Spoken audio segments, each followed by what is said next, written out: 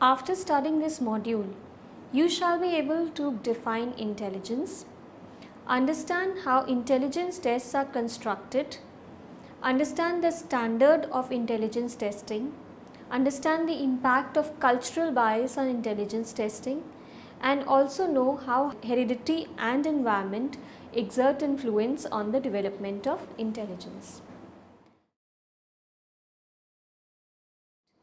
Humans require the use of intelligence in every aspect of their daily lives, from practical to emotional to social and many more such areas. Every individual varies in his or her cognitive abilities in comparison to the other people. So we can say that individuals differ on the basis of intelligence they possess. If it is so, then how these individual differences on intelligence are measured? How is an intelligence test constructed, and what standards do scientists require to consider an intelligence test good? How does cultural bias influence the individual differences in intelligence? Moreover, what do various studies reveal about the role of heredity and environment in the development of intelligence? In this module, we would find answers to all such questions. In this discussion, we will focus on various researches made in the field of intelligence, which would help us better understand the concept of its measurement and heredity and environment role in its development.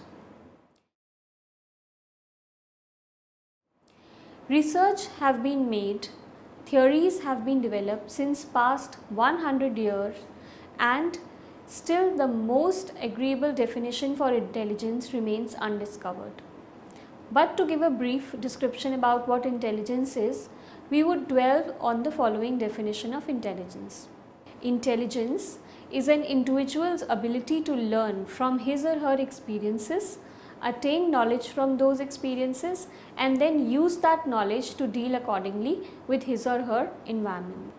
Think of a situation in which you have to choose between a bicycle and a car, by which you would be traveling to a place 2 kilometers away. Now the choice of the mode of transport you would make requires the use of practical intelligence. Consider another situation in which you see a stranger crying on the roadside. Here your emotional intelligence works up to make you empathize with that stranger. Think of one more situation in the examination hall, where you get a question which seems unfamiliar with your preparation. You might try all the methods you know to solve that question and might end up with a solution. Thus we require intelligence on a daily basis to make choices, solve problems, and establish bonds with others and much more.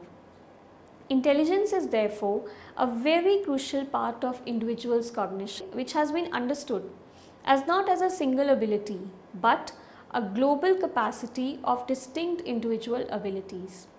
However, every individual perceives same situations differently and may use their intelligence in different ways to cope with daily life problems. This gives rise to a question: how can we measure these differences in individual abilities? The next section will shed some light on the same question and thus will help us understand how intelligence is measured. Let us consider the above mentioned situations and see how individuals use their intelligence to get across each of them. One person might choose a car and the other might choose the bicycle to travel a distance of 2 kilometers. Also, one individual might reach to the weeping person and empathize with him or her, and the other individual might not reach up and just go away. Similarly, one might be able to solve the unfamiliar question in the question paper and others might not be able to. So can we say that those who are able to find a solution are more intelligent than others, or those who opt for a bicycle and those who empathize with the weeping person are more intelligent than those who opt for car or do not empathize with the weeping person? Measurement of intelligence would be a better option to answer such questions. One way to understand this complex phenomena of intelligence is to assess it with the help of intelligence testing. Intelligence testing refers to the estimation of person's intellectual ability through their performance on various tasks or test papers designed to assess the mental competencies. Thus, intelligence test is a series of tasks designed to measure a person's ability to think rationally, act purposefully, and deal effectively with different situations. The score derived on the assessment of an intelligence test is known as intelligence quotient (IQ), which is a term coined by psychologist William Stern in the early years of 1900s. The first intelligence test was invented by French psychologist Alfred Binet in the early years of 20th century, with an aim to discover the children with special needs in learning abilities and help them cope with the school curriculum. In 1905, Binet and his colleague Simon upgraded Binet's intelligence test and named it Binet-Simon test. This revised version was computed while taking into consideration every student's chronological age, because children's mental competencies advance as their age increases over time. In 1916, Stanford University psychologist Lewis Terman revised the Binet-Simon test and produced the Stanford-Binet intelligence scale, which became most popular in US for a number of years. This test defined intelligence in terms of 4 distinct cognitive abilities. First, verbal reasoning, that is the ability to solve verbal problems. Second, quantitative reasoning, that is the ability to solve arithmetical problems. Third, abstract or visual reasoning, that was the ability to solve problems which include geometric shapes with complex relationships. Lastly, short-term memory, the ability to preserve sensory information in the working memory for a short period of time. 2 decades later, psychologist David Wechsler developed a test which proved to be a strong competitor to the Stanford-Binet test. Wechsler believed that intelligence should be measured as group of distinct but related intellectual verbal and non-verbal abilities, which Stanford-Binet did not emphasize on. Therefore, he developed distinct tests for adults and children which measure both verbal and non-verbal abilities. Wechsler Adult Intelligence Scale was developed in 1939, followed by development of Wechsler's Intelligence Scale for Children in 1955, and later the development of Wechsler's Preschool Primary Scale of Intelligence in 1967. Since then, these scales have been most widely individually administered intelligence tests in US. Let us understand intelligence quotient. Intelligence quotient was a term coined by psychologist William Stern to define the score derived from the assessment of the intelligence tests. Lewis Terman used the concept to develop Stanford-Binet test. Stern's formula of IQ was to divide the mental age by the chronological age. Chronological age is the number of years passed since birth, and multiply the result by 100 to get rid of the decimal points. The final result is called intelligence quotient. For example, a person who is 20 years old takes the test score a mental age of 15 years. That is, he is able to answer questions which are up to the level of a 15-year-old. So, his IQ quotient will be 15 divided by 2 multiplied by 100, that is 75. The intelligence quotient allows us to compare the intelligence levels of people of different ages. Now, the next question that is very obvious is, how are intelligence tests created? Intelligence tests are widely used in the Western societies to make important decisions such as those related to education, occupation, and clinical decisions. Such tests have become an important tool for cognitive psychologists who seek to measure the cognitive development, stability, and change over a period of time. To design an intelligence test, the first and the foremost need is to decide which specific behaviors serve as indicators of mental competencies we desire to assess. Next, arises a need to decide the items that would allow us to assess those behaviors. Last but not the least is the need to collect evidence regarding the validity of the test, that is, our sample of items are actually measuring the mental competencies which our test aims to measure. Now the question arises of how to meet these requirements, the answer to which lies in the concept of measurement. The concepts of measurement such as reliability, validity and standardization are very important to be understood. Let's take a hypothetical example to understand this concept of test construction. For example, a professor believes that an elementary class students, that is 10 to 16 years of age, intelligence is determined by his or her vocabulary or verbal ability. Now, in order to test his hypothesis, the professor Martin must construct an intelligence test measuring the verbal ability of elementary class students. As he has already decided the specific behaviors which serve as an indicator of mental competencies, his next requirement would be to devise the items to assess the verbal ability. His last requirement would be to collect the evidence ensuring the validity of the test, for which the sample items of his test must measure the verbal ability of the students. Let us understand how he meets these requirements. Reliability refers to the consistency of the test results. A test is considered to have high reliability if it produces similar results under consistent conditions. In other words, a test is considered to be reliable if it reveals similar results each time it is taken by the same person or a group of persons under similar conditions. Thus, in case of Professor Martin's test, his test would be reliable if it produces the same result regarding their verbal abilities each time he gives it to the same person or group of persons under study. Let us look at the types of reliability and their meanings. Test-retest reliability is assessed by correcting the scores obtained on the same test by the same group of people on two separate occasions over time.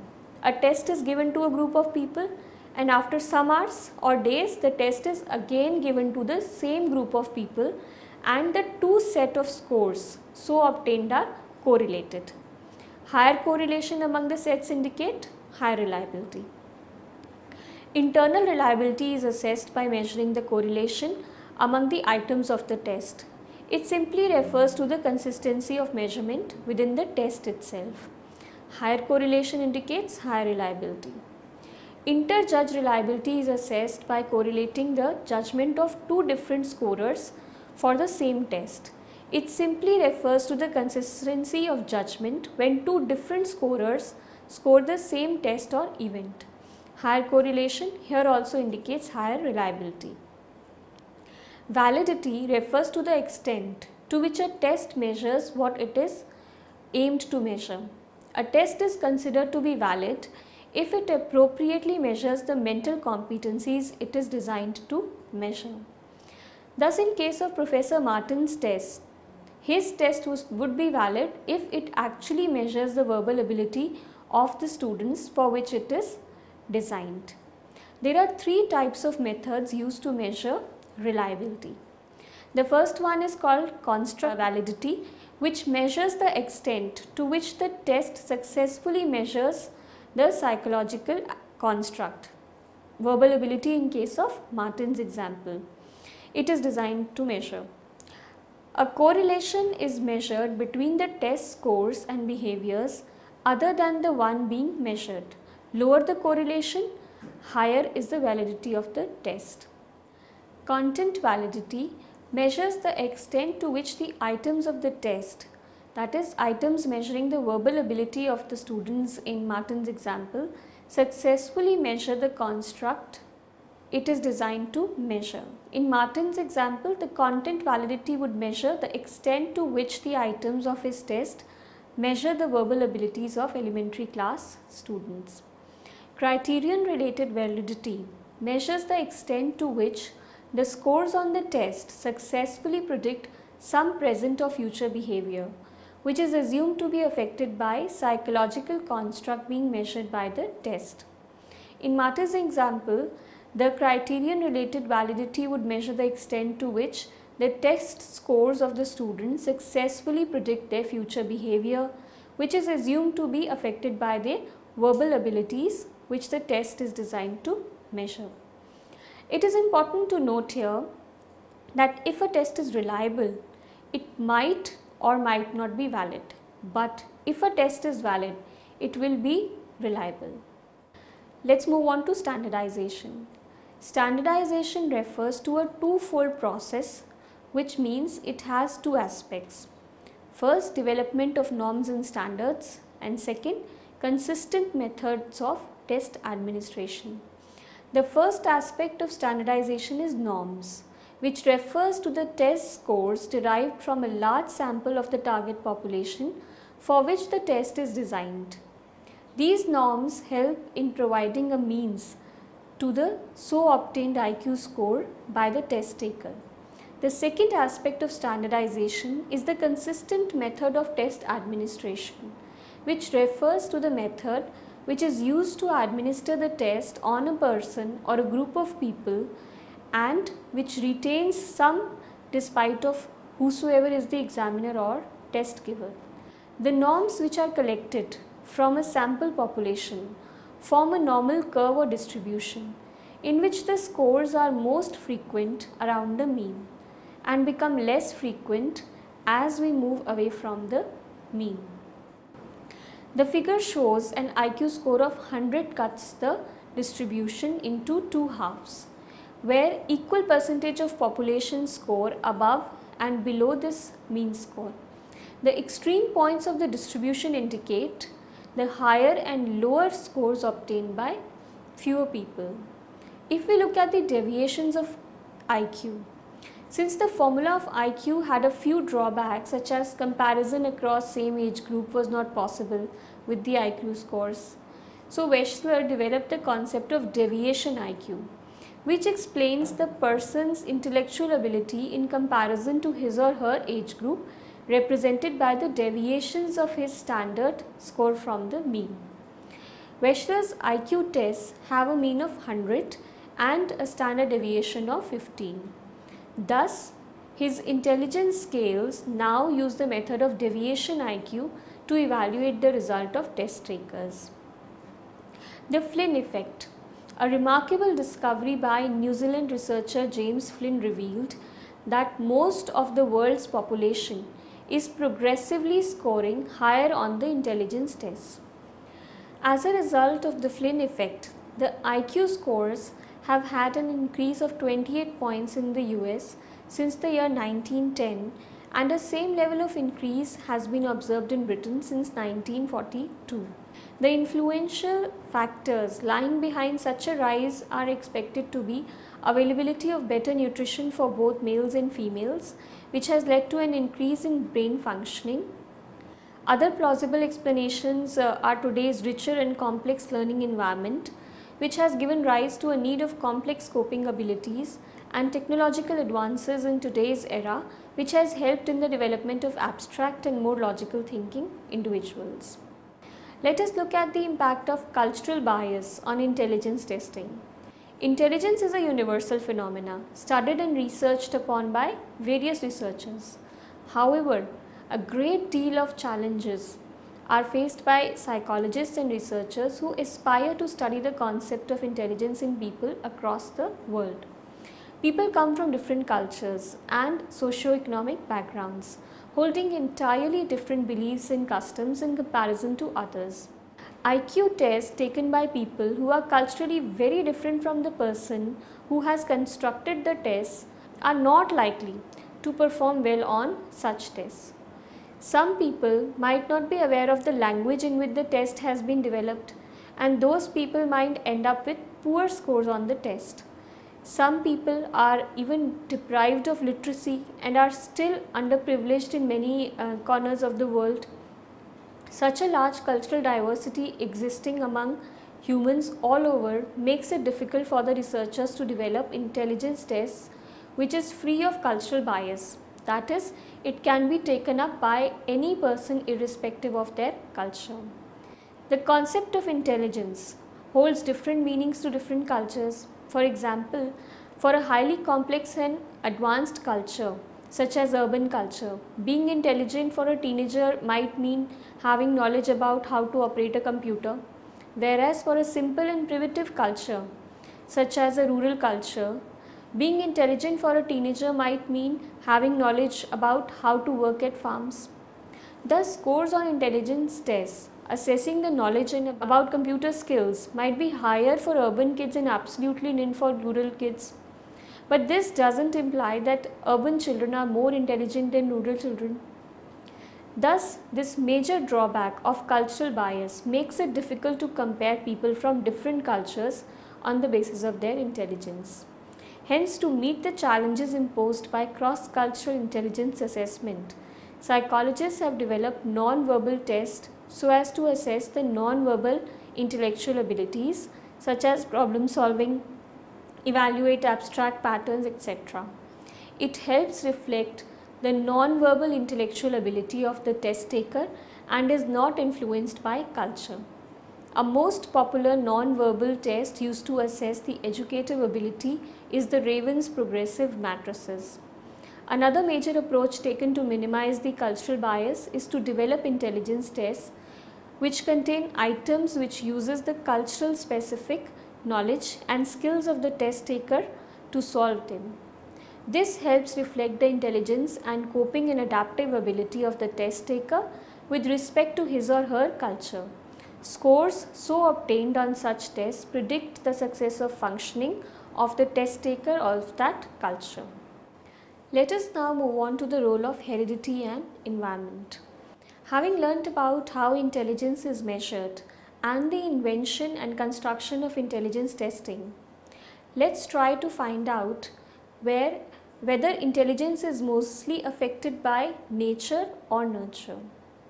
Nature or heredity or genes and nurture, which means environment, both influence intelligence, working in a relationship dependent on each other. Nature influences on how nurture affects the intelligence of an individual. Similarly, nurture influences on how nature affects the intelligence of an individual. Let's understand this with the help of an example. For instance, prenatal factors such as alcohol consumption by the mother, effect of gene-directed behavior of the newborn baby.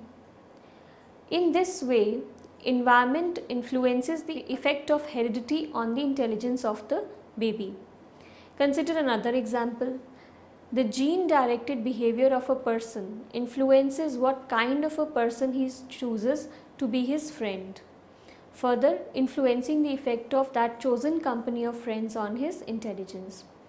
In this way, heredity affects the effect of environment on the intelligence of a person. Nature and nurture form a vicious circle, constantly depending upon each other and influencing the individual differences in intelligence. Genetic factors clearly have a strong influence on individuals' intelligence. More than 200 of the group variations in intelligence is due to genetic factors as reported by research done by Plomin. Also, the research suggests that the more the genes people have in common, the more similar IQ they tend to have. Twin studies made by various researchers suggest that identical twins or monozygotic twins are found to have a slightly higher similarity in IQ than do fraternal twins or dizygotic twins. A plausible explanation behind the same is the availability of more genes in common in identical twins due to formation of a single zygote and comparatively lesser genes in common in fraternal twins due to formation of two different zygotes. Genetic factors become more important as we age. Reason being, genetic factors more strongly affect intelligence as more advanced cognitive processes emerge during development. Also, people select and create environment that they find appropriate according to their genetic factors. Thus, genes play important role as we develop. Environment, on the other hand, accounts for 30 to 50% of individual differences in IQ. Environment can be divided into two parts on the basis of twin studies and research made. Both shared as well as non-shared environment exert influence on intelligence. Shared environment refers to the family environment which both twins, identical or fraternal, share, whereas non-shared environment refers to the different family environment in which both twins, identical or fraternal, respectively live. Thus, research studies have suggested that shared environment have a slightly higher influence on the IQ of twins as compared to the non-shared environment. Hence, family and environment play a role in the development of intelligence. Identical twins raised in same environment are likely to have higher similarity in IQ than those raised in non-shared environment. Similarly, fraternal twins raised in the same environment are also likely to have slightly higher similarity in IQ as compared to those raised in the non-shared environment. Socioeconomic status as well as better education also plays an important role in the development of intelligence. Recall the reasons behind the Flynn effect, which clearly states that the influential role of environment, that is availability of better nutrition, better education facilities, technological advances and complex learning environment increase IQ scores across the globe. So this brings us to the end of this module. Let's quickly summarize a few important points. Intelligence is an individual's ability to learn from his or her experiences, attain knowledge from those experiences, and then use that knowledge to deal accordingly with his or her environment. Intelligence can be assessed with the help of intelligence testing, which refers to the estimation of people's intellectual ability through their performance on various tasks or test papers designed to assess the mental competencies. Intelligence tests can be constructed by meeting the following requirements, which are standardization, reliability and validity. Cultural bias leads to a difficulty of developing an intelligence test that can be administered on all the people across the globe. Nature and nurture form a vicious cycle, constantly affecting each other and together influencing the individual differences in intelligence. Identical twins are found to have slightly higher similarity in IQ than do fraternal twins. Research suggests that shared environment have a slightly higher influence on the intelligence of twins as compared to the non-shared environment.